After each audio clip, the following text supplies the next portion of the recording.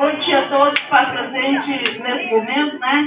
É com grande alegria que prezo, né, de hoje, uma satisfação de estar aqui juntamente com vocês, né? Eu não sei como expressar a minha alegria de ver essa comunidade, né, unida, né, tipo, crescendo cada dia mais, né? Em vista do dia que a gente começou aqui, né? Mas é sempre esse mesmo, tipo, né? A gente está feliz por ver esse povo aqui, né?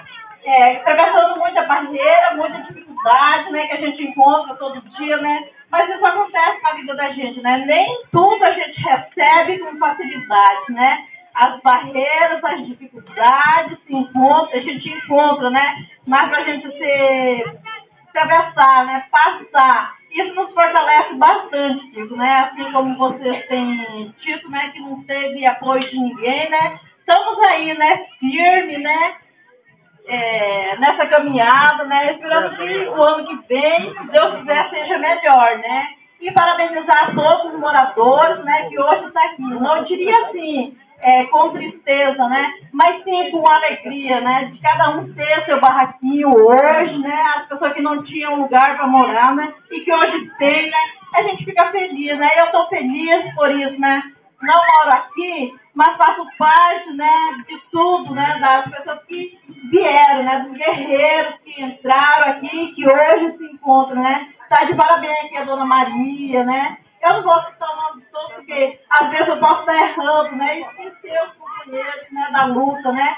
E peço também para nós, né? O que para nós é que a gente não fica em vergonha de ser índio.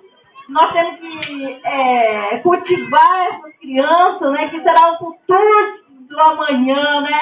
Que a gente pode estar passando as nossas tradições, né? Os guerreiros, né? E isso é o nosso futuro, né? Tipo, que a gente não sabe o dia de amanhã, né? E estamos de parabéns, né? É só isso, né? Que eu tenho que agradecer a comunidade que está sempre aqui contigo, né? Dia a dia, né? E parabenizar todos nós, né? E é só isso a minha palavra, né?